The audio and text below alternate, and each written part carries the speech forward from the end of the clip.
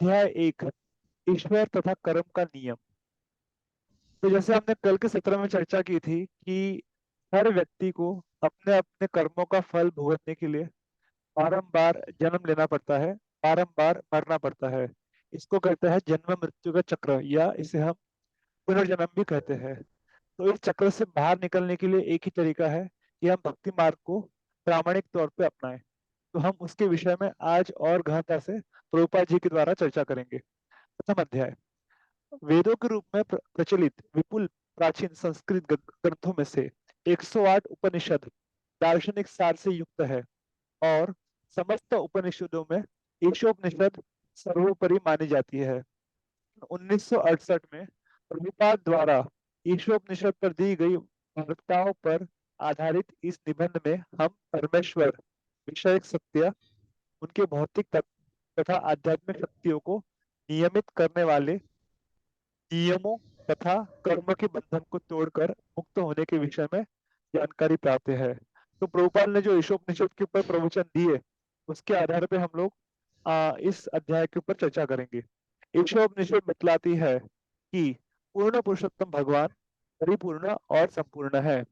सृजन मतलब क्रिएशन, पालन मेंटेनेंस व संहार डिस्ट्रक्शन की प्रक्रिया भौतिक जगत की उनकी संपूर्ण योजना का एक भाग है।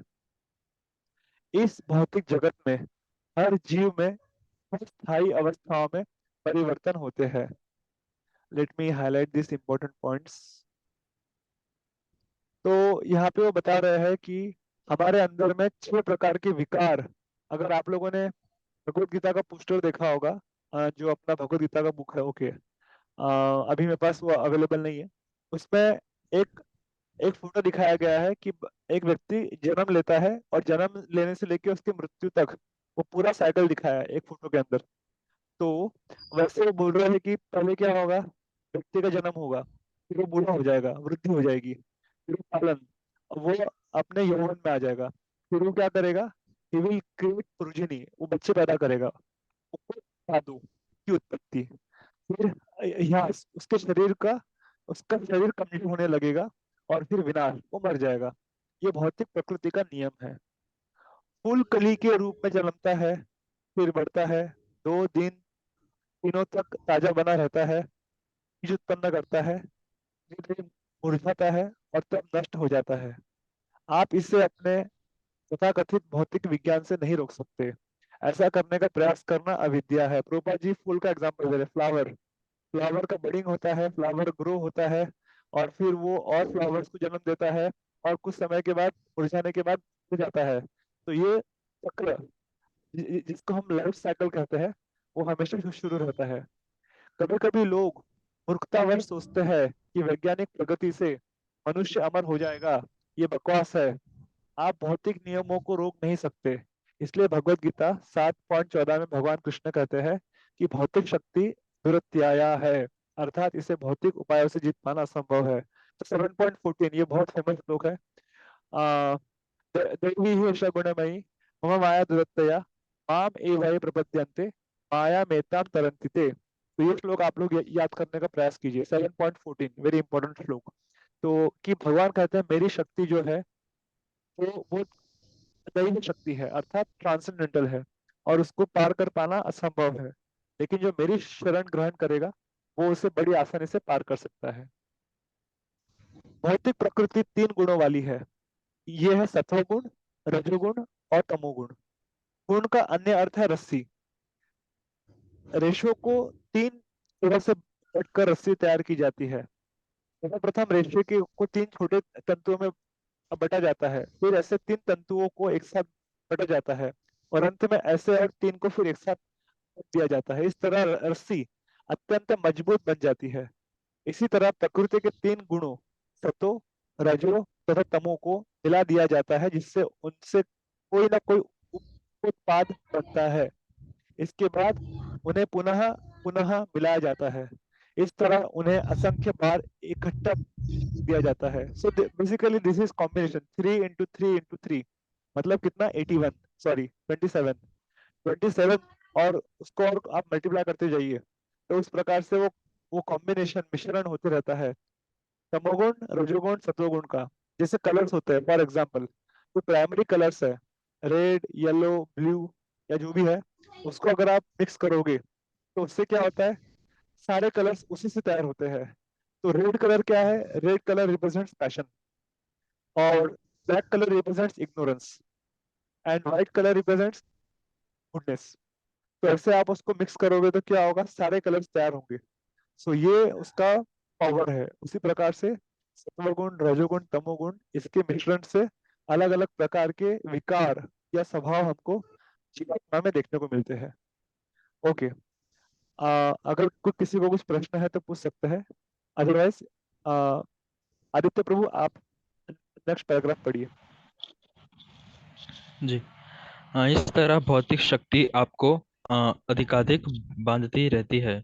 आप अपने प्रयासों से इस बंधन से जो पवर्ग कहलाता है छूट नहीं सकते। पवर्ग संस्कृत देवनागरी वर्णमाला में पांचवा पूर्ण वर्ण समूह है। पवर्ग में प, फ, ब, भ तथा म, ये पांच अक्षर आते हैं। प परिश्रम को सूचित करता है। इस जगत में हर जीव अपने उदर पोषण तथा अपनी जीवन टिकाए रखने के लिए संघर्ष करता है। यह घोर जीवन संघर्ष कहलाता है। फेन, फेन को बताने वाला है। जब घोड़ा कड़ी मेहनत करता है तो उसके मुख से झाग फेन निकलता है। इसी तरह जब हम कठिन परिश्रम करके थक जाते हैं तो हमारी जीभ सूख जाती है और हमारे मुख में झाग बनने लगता है।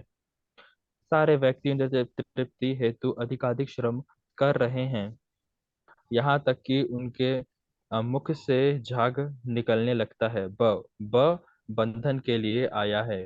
हम अपने समस्त प्रयासों के बावजूद भी प्रकृति की भौतिक गुण रूपी रस्सियों से बंधे रहते हैं। और भय को बताता है। भौतिक जीवन की प्रज्वलित अग्नि में जलता रहता है, क्योंकि कोई यह नहीं जानता कि आगे क्या होगा। मृत्यु का सूचक है। इस जगत में तथा सुरक्षा की हमारी सुख प्लस सुरक्षा की हमारी, बाबूजी स्क्रॉल करना पड़ेगा। हाँ, सारी आशाएं तथा योजनाएं मृत्यु के द्वारा चौपट हो जाती है। तो इसमें प्रभुपाद जी 5 बातें बता रहे हैं। मतलब व्यक्ति पहले बहुत परिश्रम करता है। परिश्रम करने का उद्देश्य क्या है, मुझे सुखी बनना है जीवन में। इतना परिश्रम करता है, इतना परिश्रम करता है, परिश्रम करते करते करते करते उसके मुख से फेंट निकलने लगता है। फेंट means he is getting exhausted, he is getting tired. तो उसके बाद क्या होता है, बंधन। वो बंधन में, कर्म बंधन में फंस जाता है। परिश्रम करते करते पाप करता है, गलतियां करता है, तो उसको उससे कर्मा लगता है, अच्छा कर्म बुरा कर्म। उसके चक्कर में फिर वो उस बंधन में फंसते चले जाता है, कर्मों के बंधनों में। फिर बंधन में फंसने से क्या होता है, जब उसको रिएक्शन मिलता है, गुड रिएक्शन, बैड रिएक्शन, तो उसको भय लगने लगता है कि मैंने जो इतने मेहनत करके कमाया है वो मेरे हाथ से निकल ना जाए। और फिर भय करता है, भय करता है, करते करते करते करते एक समय वो मर जाता है। सो दिस इज कॉल्ड पवर्ग। ये भौतिक जीवन है। और आध्यात्मिक जीवन कैसा है, आध्यात्मिक जीवन है अपवर्ग। अपवर्ग मीन्स नो मोर सफरिंग, नो मोर एंजाइटी। आप वही परिश्रम कीजिए कृष्ण के लिए। अभी हम परिश्रम कर रहे हैं अपने अपने उदर भरण के लिए, खुद के लिए। लेकिन अगर हम वही परिश्रम कृष्ण भक्ति में करेंगे तो हम इस संसार बंधन या कर्म बंधन से बड़ी आसानी से निकल सकते हैं। तो ये जो पवर्ग है, ये बहुत बार हमको शास्त्रों में देखने मिलेगा कि हम किस प्रकार से परिश्रम, पेन, बंधन, भय और मृत्यु में पड़ जाते हैं। प्रभुपाद जी इसमें गधे का एग्जाम्पल देते हैं। एक एक गधा जो होता है, उसको घास कहीं भी मिल सकती है, लेकिन उसको लगता है कि ये जो स्वामी है, ये जो धोबी है, ये मेरा स्वामी है, और अगर मैं इसकी चाकरी नहीं करूंगा तो मेरा खान पान का कैसा होगा। और वो इसलिए बहुत परिश्रम करता है, धोबी के कपड़े उठा के लेके जाता है, इतना परिश्रम करता है कि उसके मुख से झाग निकलने लगता है। आप लोगों ने भी वो कहानी सुनी होगी। और फिर वो झाग निकलता है, फिर भी परिश्रम करते रहता है। उसको फिर भय लगता है, अगर मैं अच्छे से कार्य नहीं करूंगा तो ये मेरा मालिक मुझे यहाँ से भगा देगा। और फिर बाद में थोड़े समय के बाद वो मर जाता है। लेकिन हमें ऐसा नहीं करना है। जो बुद्धिमान व्यक्ति है वो सोचता है, अरे घास तो कहीं पे भी बड़ी सरलता से मुझे मिल सकती है। मेरा जो भोजन है, आहार निद्रा, ईटिंग स्लीपिंग डिफेंडिंग, सब कुछ भगवान ने पहले ही सुनिश्चित करके रखा है, फिर मैं माया की चाकरी क्यों करूँ? मैं कृष्ण भक्ति में अपना समय क्यों ना दूं? मैं जो कुछ कर रहा हूँ, पढ़ाई हो, जॉब हो, बिजनेस हो, उसका फल मैं कृष्ण को अगर दूंगा तो अपने आप हमारा भविष्य उज्जवल हो सकता है। लेकिन जो भौतिकवादी लोग हैं वो इस बात को स्वीकार नहीं करते, और ये उनके सफरिंग का, उनके दुख का सबसे बड़ा कारण है। इसको मैं हाईलाइट कर लेता हूँ। तो ये हमें समझना बहुत आवश्यक है कि जब तक हम अपने खुद की तृप्ति के लिए कार्य करते रहेंगे, हमें वास्तविक सुख और शांति का अनुभव नहीं हो पाएगा। ओके, वैसे तो सभी इंपॉर्टेंट है, लेकिन मैं इसको यहाँ तक के सिलेक्ट कर रहा हूँ। This is very important. Okay, will go ahead. Yes, Dilesh Prabhu, अभी आप पढ़िए। इस तरह कृष्ण भावनामृत इस पवर्ग विधि को ध्वस्त कर देता है। दूसरे शब्दों में कृष्ण भावनाम एक सेकंड, दिख नहीं रहा है। दूसरे शब्दों में कृष्ण भावनामृत ग्रहण करने पर मनुष्य को अपवर्ग प्राप्त होता है, जिसमें न तो तीव्र जीवन संघर्ष रहता है, न भौतिक बंधन, न भय और न मृत्यु रहते हैं। पवर्ग इस भौतिक जगत का लक्षण बताने वाला है, किंतु जब उसमें अ उपसर्ग जोड़ दिया जाता है तो उसका अर्थ होता है पवर्ग ध्वस्त हो गया। हमारा कृष्ण भावनामृत आंदोलन अपवर्ग का मार्ग है। जैसे मैंने बताया अभी कि दुर्भाग्य अपवर्ग, अपवर्ग मीन्स नो मोर हैंकरिंग, लैमेंटेशन, सफरिंग। अपवर्ग, आप जो कार्य करोगे आपको उसका कर्म नहीं लगेगा। इसके बारे में हमने कल बहुत विस्तार से चर्चा की थी। तीन प्रकार के कार्य होते हैं: कर्म, अकर्म और विकर्म। आप अच्छा कार्य करते हो, आपने पुण्य कार्य किया तो आपको कर्म लगता है, आपने पाप कार्य किया तो आपको विकर्म लगता है। और अगर आपने भक्ति का कार्य किया, चैंटिंग, रीडिंग, हियरिंग, जैसे अभी हम लोग सेशन ले रहे हैं, तो उससे आपको भक्ति लगेगा, अर्थात अकर्म, आपको उसका अच्छा बुरा कोई रिएक्शन नहीं मिलेगा। इसको बोलते हैं अपवर्ग। तो ये अकर्म का सिनोनिमस है। तो जितने भी रिएक्शंस है, अच्छे बुरे रिएक्शंस आने वाले हैं, संघर्ष करना है या भय मृत्यु होने वाली है, आपकी चेतना इन सभी जो टेम्पररी प्रॉब्लम्स है, जन्म मृत्यु जरा व्याधि, इसके ऊपर चली जाती है। So this is very important, we go on spiritual platform. तो कृष्ण भावनामृत आंदोलन अपवर्ग का मार्ग है, ये प्रभुपाद का निष्कर्ष है।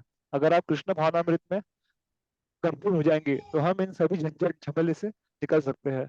Okay, please read next paragraph.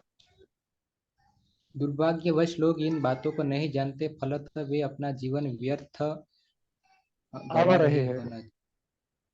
अच्छा, आवा रहे, आवा रहे गवा मतलब नहीं होगा, शायद वो प्रिंटिंग मिस्टेक होगा। व्यर्थ गवा होना चाहिए। गवा रहे हैं बेसिकली। गवा रहे, यह आधुनिक सभ्यता आत्मा की हत्या करने वाली सभ्यता। लोग अपनी हत्या किए जा रहे हैं क्योंकि वे यह नहीं जानते कि असली जीवन क्या है। वे मात्र पशुओं की तरह जी रहे हैं। पशु यह पशु यह नहीं जानता कि जीवन क्या है, फलतः वह क्रमिक विकास एक सेकंड फलतः वह क्रमिक विकास करते हुए प्रकृति के नियमों के अधीन कार्य करता रहता है। किंतु जब आपको यह मनुष्य का जीवन मिला है, तो आपकी जिम्मेदारी भिन्न तरीके से जीवित रहने की है, जीवित रहने की हो जाती है। यहीं पर आपको कृष्ण भावना भावित बनने का तथा सारी समस्याओं को हल करने का अवसर मिलता है। किंतु यदि आप ऐसा नहीं करते, यदि आप पशुओं की तरह ही कार्य करते रहते हैं, तो आपको पुनः जन्म मृत्यु के चक्र में फिर पढ़ कर 84 लाख योनियों में से होकर देहांतर करना पड़ेगा। पुनः मनुष्य जीवन पाने में लाखों वर्ष लग जाएंगे। उदाहरणार्थ, आप जिस सूर्य प्रकाश को इस समय देख रहे हैं, उसे आप 24 घंटे के बाद ही दोबारा देख सकेंगे। प्रकृति में हर वस्तु एक चक्र में घूमती है। अतः यदि आप अपने को ऊपर उठाने के इस अवसर को गवा देते हैं, तो आपको देहांतरण के चक्र में पुनः प्रवेश करना पड़ेगा। प्रकृति का नियम बड़ा प्रबल है, इसलिए हम अनेक केंद्र खोल रहे हैं, जिससे लोग इस अंतर्राष्ट्रीय कृष्ण भावनामृत संघ का लाभ उठाकर अपने को उन्नत कर सके। देखिए, प्रभुपा जी बोल रहे हैं कि अगर हमने इस अवसर को गवा दिया, जो गोल्डन अपॉर्चुनिटी हमारे पास है, 24 घंटे सभी के पास होते हैं, अगर हम उसमें चैंटिंग के लिए, रीडिंग हियरिंग के लिए, साधना करने के लिए, सेवा करने के लिए अगर समय नहीं देंगे तो क्या होगा? फिर हमें 84 के चक्र में पड़ना पड़ेगा, और वो चक्कर चलता रहेगा, चलता रहेगा। और वो एग्जाम्पल देते हैं कि प्रकृति में हर चीज चक्र में घूमती है। 24 घंटे का एग्जाम्पल दे रहे प्रभुपाद जी कि सूर्य प्रकाश, अभी जैसे मैं यहाँ बैठा हूँ पुणे में और मेरे सामने अभी सनसेट होने वाला है, तो ये सनसेट मैं अब 24 घंटे के बाद देख पाऊंगा, तो हम मुझे एक दिन पूरा वेट करना पड़ेगा। उसी प्रकार अगर अभी हम लोग कृष्ण भक्ति को सीरियसली नहीं लेंगे तो हमें पूरा जन्म या कई जन्मों तक उसका प्रतीक्षा करनी पड़ सकती है। तो इसलिए वो बोल रहे हैं कि हमने इतने केंद्र खोले हैं और हम भक्तों को चाहिए कि उसका लाभ ले और प्रचार करके और लोगों को उससे जोड़ने का प्रयास करें। Okay, will go ahead. Yashwant Prabhu, आप पढ़ना हाँ चाहेंगे? प्रभु जी, एक क्वेश्चन। हाँ, पूछिए। हाँ प्रभु जी, जैसे प्रभुपाद जी ने ऊपर बोला तो थोड़ा सा ये डराने वाला स्टेटमेंट है, तो मुझको प्रभुपाद जी ने स्पेशली मेंशन नहीं किया है कि कितना भक्ति मिनिमम करना चाहिए कि मतलब बच जाए इससे और उसको सेकंड चांस मिले।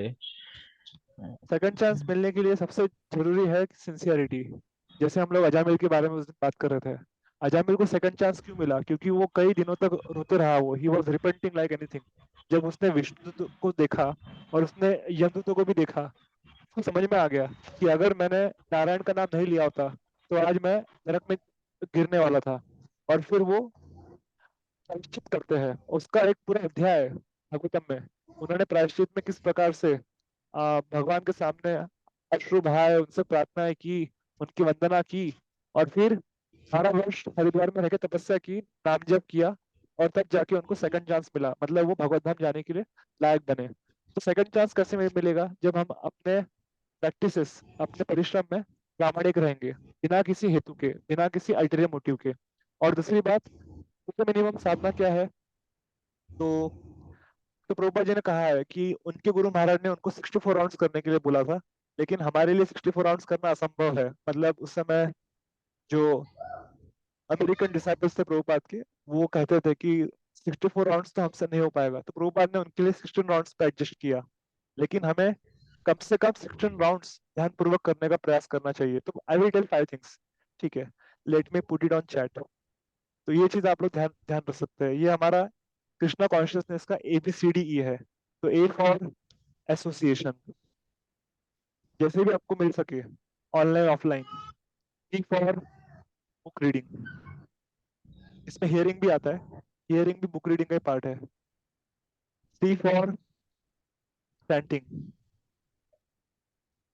अगर 16 माला नहीं हो रहा है, कल मैं राधेश्याम प्रभु का क्लास सुन रहा था, राधेश्याम प्रभु जी बता रहे थे कि this chanting of Hare Krishna is hotline between you and Krishna. Hotline मतलब जब भी आपको कुछ प्रॉब्लम होती है, आप नंबर घुमाते हो, राइट? Dial 100, dial 198, dial 191। तो वैसे ही, जैसे आपने स्टोरी सुना होगा द्रौपदी का, या मैंने अभी अजामिल का एग्जाम्पल दिया, दे चैंटेड लॉर्ड्स नेम और भगवान ने उनकी रक्षा की। तो अगर 16 माला नहीं हो रहा है तो प्रभु जी बोले एक माला करो, लेकिन चैंटिंग मत छोड़ो। Chant at least 1 round, but don't leave chanting. वो हमारे और कृष्णा के बीच में कनेक्शन है। So whenever problem comes, hear and chant Krishna's holy names. Hare Krishna महामंत्र का जप कीजिए, नरसिम्हा आरती कर सकते हैं। So this is very important, chanting. And D for deities, D for diet, D for duties. तो डीटीज, आप भगवान के सामने, विग्रहों के सामने आके दंडवत कीजिए। डाइट, कृष्ण प्रसाद लीजिए। तो जितना हो सके उतना हमको ऑनियन गार्लिक ये सब अवॉइड करना चाहिए। एंड ड्यूटीज, आपका जो ड्यूटी है, जैसे मैं अभी कंपनी में जॉब कर रहा हूँ, I am doing work from home, तो मैं अपना ड्यूटी ध्यानपूर्वक करूँ। आप स्टूडेंट हो, you are studying in college, you study nicely. तो कोई बिजनेस कर रहा है, वो बिजनेस करेगा। ड्यूटीज, ऑलवेज रिमेम्बरिंग कृष्णा, भगवान को याद करते हुए। And last, E for Ekadashi, E for engaging, engaging senses in Krishna. Ekadashi करना है, हर महीने में 2 एकादशी आती है। अभी अगली एकादशी मंगलवार को आएगी, तो एकादशी के दिन अन्ना नहीं खाना है और कम से कम 16 माला जप करना है। एंड ई फॉर एंगेजमेंट, अपने इंद्रियों को भगवान की सेवा में लगाना है। कैसे लगा सकते हैं? आप आंखों से भगवान का दर्शन कीजिए, कानों से भगवान की कहानी सुनिए, मुंह से भगवान का नाम लीजिए, जीवा से भगवान का प्रसाद लीजिए। इस प्रकार से सारे इंद्रियों को आप कृष्ण की सेवा में लगाइए।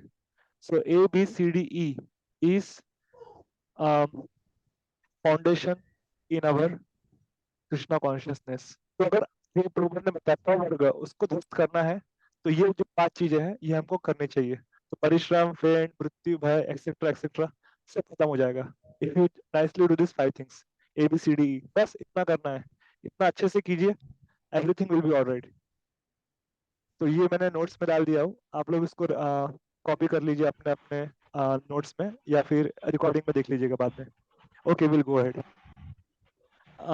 यस, सो यशवंत प्रभु, आप पढ़ना चाहेंगे?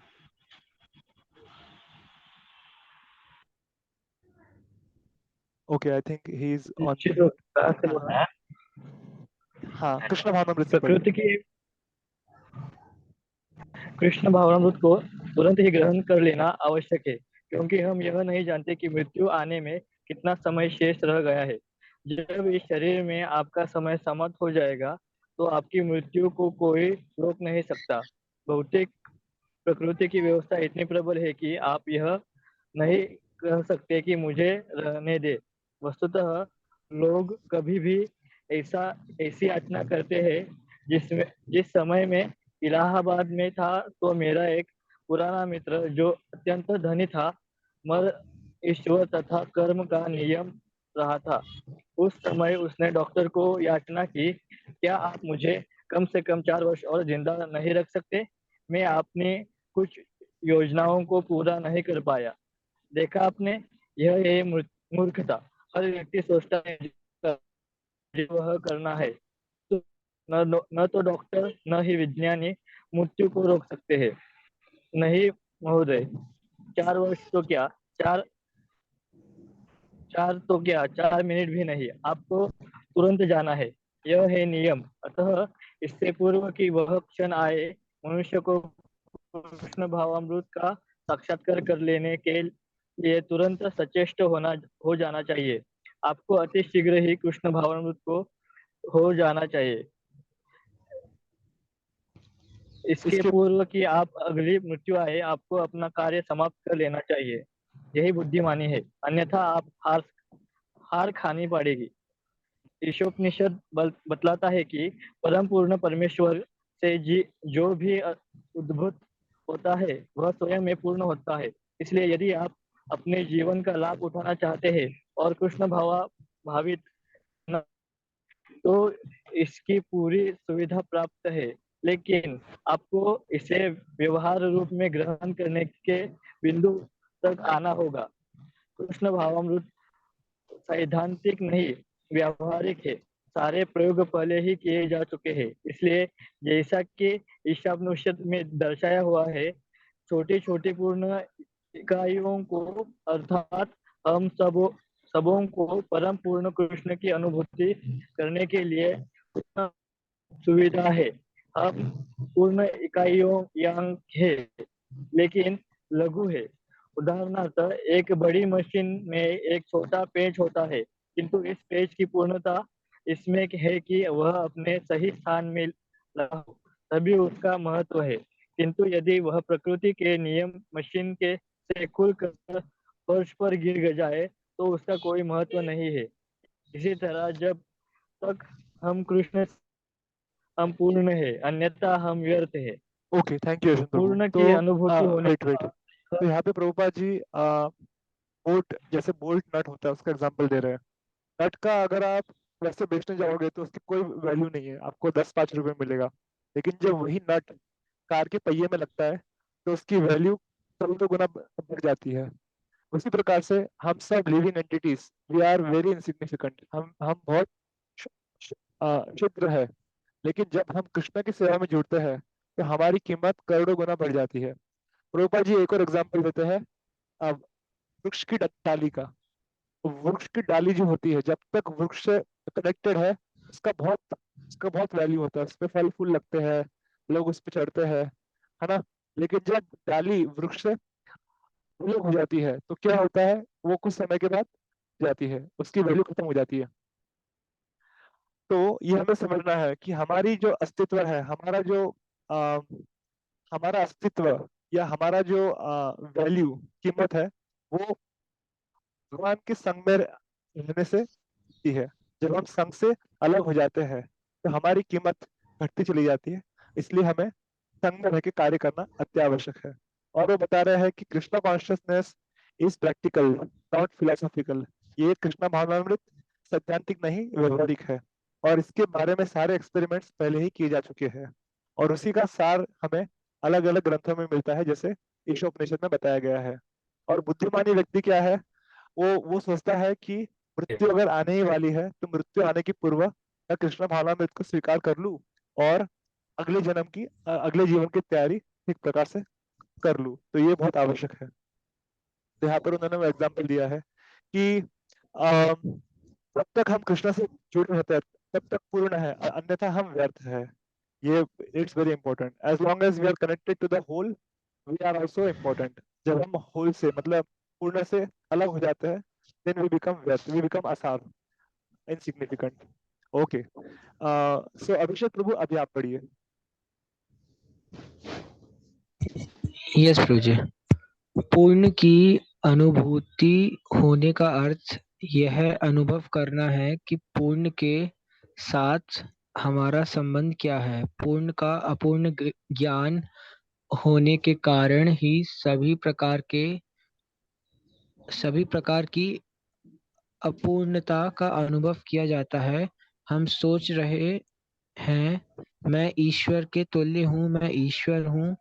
यह अपूर्ण ज्ञान है, किंतु यदि आप यह जाने कि मैं ईश्वर का ही अंश हूँ, अतएव गुण में ईश्वर के तुल्य हूँ, तो यह पूर्ण ज्ञान है। मनुष्य जीवन जीव की चेतना को पुनर्जीवित करने के लिए एक अवसर है। आप कृष्ण भावनामृत की विधि से इस पूर्ण चेतना को पुनर्जीवित कर सकते हैं, किंतु यदि आप इस पूर्ण सुविधा का लाभ नहीं उठाते तो आप अपने को मार रहे हैं, आत्महत्या कर रहे हैं। ईशोपनिषद में कहा गया है, आत्मा को हंता को वह चाहे जो भी हो ऐसे लोकों में प्रवेश करना पड़ता है जिन्हें अश्रद्धापूर्ण अंधकार तथा अज्ञान का जगत कहा जाता है। अतः आप अपनी आत्मा के हत्यारे मत बनिए। आप अपने मनुष्य जीवन की पूर्ण सुविधा का उपयोग कृष्ण भावना भावित बनने में कीजिए। आपका एकमात्र कार्य यही है। तो इसमें प्रभुपाद जी बता रहे हैं, ओम पूर्णमिदम पूर्णात् पूर्णमुदच्यते पूर्णस्य पूर्णमादाय पूर्णमेवावशिष्यते। ये ईशोपनिषद का प्रथम श्लोक है। तो इसमें क्या बोल रहे हैं कि 1+1 = 1 and 1 - 1 is also equal to 1 in in absolute calculations. अगर आध्यात्मिक कैलकुलेशंस हम लोग करेंगे तो आप पूर्ण से अगर कुछ निकालते हैं भौतिक जगत में फॉर एग्जांपल, तो उससे क्या होता है, उसमें कुछ कमी हो जाती है। लेकिन भगवान की जगत में ऐसा नहीं होता है। आप उनसे कितना भी ले लो, भगवान का हमेशा जो भंडार है वो उतना ही रहता है, और आप कितना भी ऐड करोगे तो भी वो उतना ही रहेगा। तो 1+1 is also equal to 1 and 1 minus anything is also equal to 1। उसमें कभी शून्यवाद नहीं होता है। ये भगवान का ये दिव्य जगत है। वो बताते हैं कि हमें लगता है कि हम ईश्वर के तुल्य है। हम ईश्वर के तुल्य नहीं, हम ईश्वर के दास है, हम ईश्वर के अंश है। इस बात को समझना ये मनुष्य जीवन का लक्ष्य होना चाहिए। और वो बताते हैं कि आप कृष्ण भावनामृत की विधि से इस पूर्ण चेतना को पुनर्जागृत कर सकते हैं। जीव कृष्णदास ए विश्वास कर ले तो और दुख नहीं। अगर हम इस बात को समझ जाए सारे दुखों का अंत हो सकता है। फिर वो आगे बताते हैं कि लेकिन जब हम इस बात को ठुकरा देते हैं तो हम अपनी आत्मा का हनन हत्या कर रहे हैं। और जो लोग इस कार्य में सहायता करते हैं, व्यक्ति को परमेश्वर से दूर ले जाने में सहायता करते हैं, television, social media, internet, WhatsApp, YouTube के माध्यम से, तो सभी को उसका कर्म भुगतना पड़ता है। और प्रभुपाद जी जैसे लिख रहे हैं, ऐसे लोग उन नरक लोकों में प्रवेश करते हैं जहाँ पे पूर्ण अंधकार है और अज्ञान का जगत है।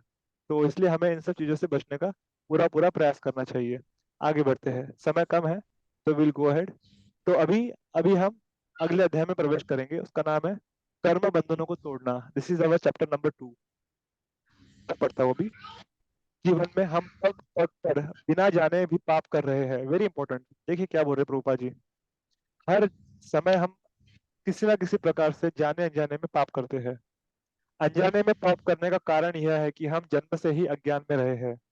यह अज्ञान इतने सारे शिक्षा संस्थानों के हेतु हुए भी विद्यमान है। क्यों? क्योंकि इतने सारे बड़े बड़े यूनिवर्सिटीज विश्वविद्यालयों के होते हुए भी इनमें से किसी में आत्म तत्व, आत्मा के विज्ञान की शिक्षा नहीं दी जाती। प्रभुपाद जी जो MIT बोस्टन यूनिवर्सिटी है वहां गए थे, तो तो फिर उन्होंने वहां के साइंटिस्ट जो डॉक्टर्स थे, PhD होल्डर्स थे, उनसे पूछा, your university is MIT, where is the knowledge for almighty? Almighty means God, उसके बारे में डिपार्टमेंट किधर है? उसके बारे में उनके पास कोई डिपार्टमेंट नहीं था। So there is no department on science and religion. तो इसलिए वो बोल रहे हैं कि इतने बड़े बड़े विश्वविद्यालयों में भी आत्म तत्व के तत्व के बारे में कुछ ज्ञान नहीं दिया जाता। इसलिए लोग अज्ञान में हैं, इसलिए लोग अज्ञान में पड़े रहते हैं और पाप करते रहते हैं।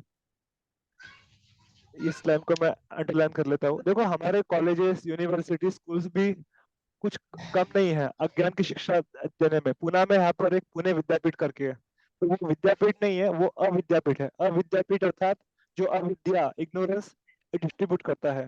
कोई भी कॉलेजेस हो, आप IIT ले लो, NIT ले लो, MIT, एम्स, वटेवर, बट अगर वहां पर आत्मज्ञान नहीं दिया जा रहा है तो वो सिर्फ अविद्या का संस्था है, ऐसा हमें समझना चाहिए। और उनके फल भोगते हैं, और इसकी वजह से क्या होता है, शिक्षक और शिष्य दोनों को उसके बुरे परिणाम भोगने पड़ते हैं। इसका वर्णन भागवतम में हुआ है 5:5-3 में। परास पराभवस्तावत बोध जातो यावन जिज्ञासा आत्म तत्वम। ये भागवतम का श्लोक है, इसके बारे में हम फिर कभी चर्चा करेंगे। यह मूर्खता तब तक चलती रहेगी जब तक मनुष्य आत्म साक्षात्कार को समझने के स्तर तक नहीं पहुंच जाता। अन्यथा ये सारे संस्थान जो विद्यादान के लिए है उसी अज्ञान तथा मूर्खता के को चालू रखे रहेंगे। जब तक कोई यह नहीं पूछता कि मैं क्या हूँ, ईश्वर क्या है, जगत क्या है, ईश्वर तथा इस जगत के साथ मेरा संबंध क्या है, और जब तक उचित उत्तर नहीं पा लेता, तब तक वह पशु के समान ना समझ ना रहता है और उसे विभिन्न योनियों में देहांतरण करना पड़ता है। यही अज्ञान का परिणाम है। रूपा जी, जैसे हमने, आप लोगों ने जो भगवत गीता सार का बुक रीडिंग अटेंड किया होगा, उसमें हमने देखा था गीता के 5 टॉपिक्स है। क्या कोई बोल सकता है what are the 5 topics of Bhagavad Gita जो हमने चर्चा की थी? ऑडियंस में से आप लोग बताइए, which are the 5 topics of Bhagavad Gita? हाँ, प्रभु जी आप टॉपिक्स बोल रहे हैं? हाँ, 5 main topics of Bhagavad Gita हम लोगों ने उसमें देखा था ना, गीता सार में। हाँ, प्रकृति, काल, मन, आत्मा और परमात्मा। ओके, सो सबसे पहले है ईश्वर, भगवान। दूसरा है जीव, हम सभी जीवात्मा है। तीसरा है प्रकृति, जो हम लोग ये किताब पढ़ रहे हैं, प्रकृति के नियम। चौथा है हमारा कर्म, और पांचवा है काल। तो इसमें से 4 वस्तुएं जो है वो हमेशा रहती है, और एक वस्तु है वो टेम्पररी है। तो वो कौन सी चीज है जो हमेशा नहीं रहती है? प्रकृति। नो, हमारा कर्म। अवर कर्म इज टेम्पररी। अच्छा। जब आप कर्म फल भोग लेते हो आपका कर्म खत्म हो जाता है। जैसे आपने पाप कर्म किया, आपको सपोज, मतलब आपको नहीं, घर को या किसी को भी कुछ बीमारी हो गई, उससे वो सफरिंग भोग रहा है, तो उसका वो कर्म फल निकल जाएगा।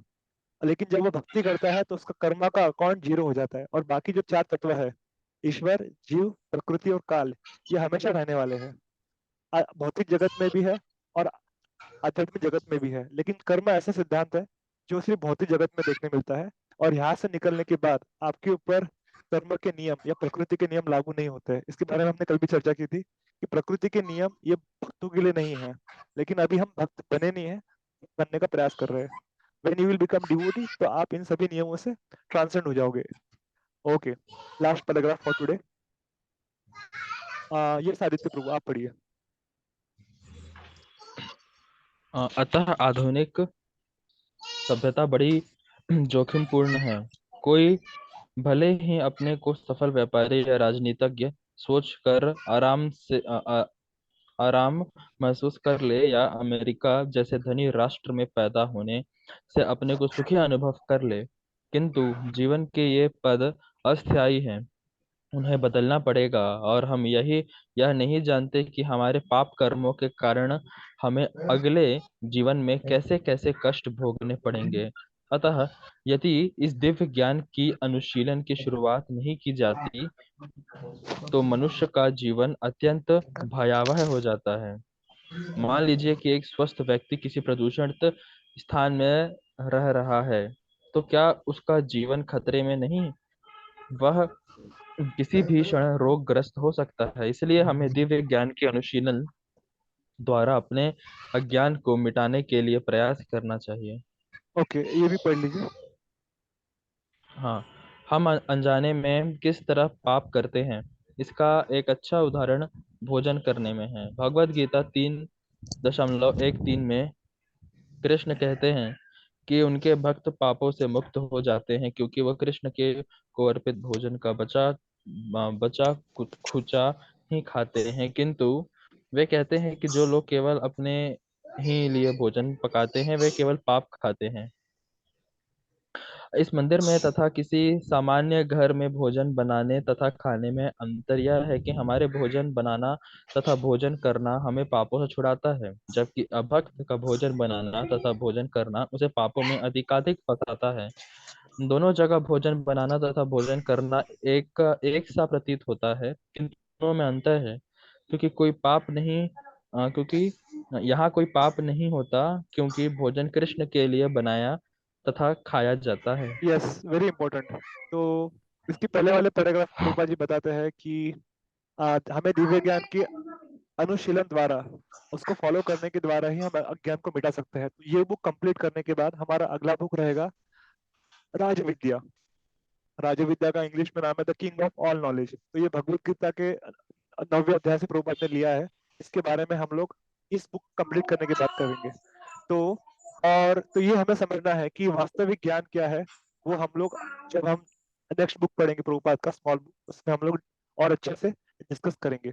और यहाँ पे खाने की बात की गई है, तो बेस्ट एग्जांपल खाने में आता है गोविंदा रेस्टोरेंट। इसको में जो खाना मिलता है, आप कहीं पे भी जाइए, आप पिज्जा, पाव भाजी, बर्गर सब खा सकते हो।